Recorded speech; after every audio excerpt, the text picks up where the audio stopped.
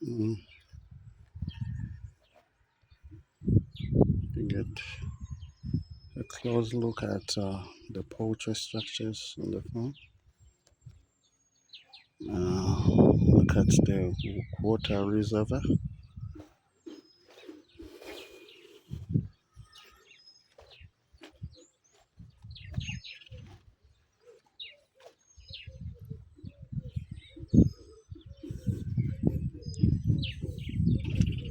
This is the poultry unit structure. You can see it is so simple, but it has all the basics that is required for poultry production. Wow, you can see where dung is collected. Yeah, this facility is basically the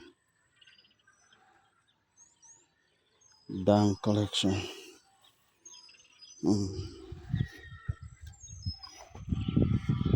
To campuses, dung is collected, then poured into the and transformed into proper fertilizers, which are used into the garden. This is the water trough. The water trough. I think you can see it. Mm.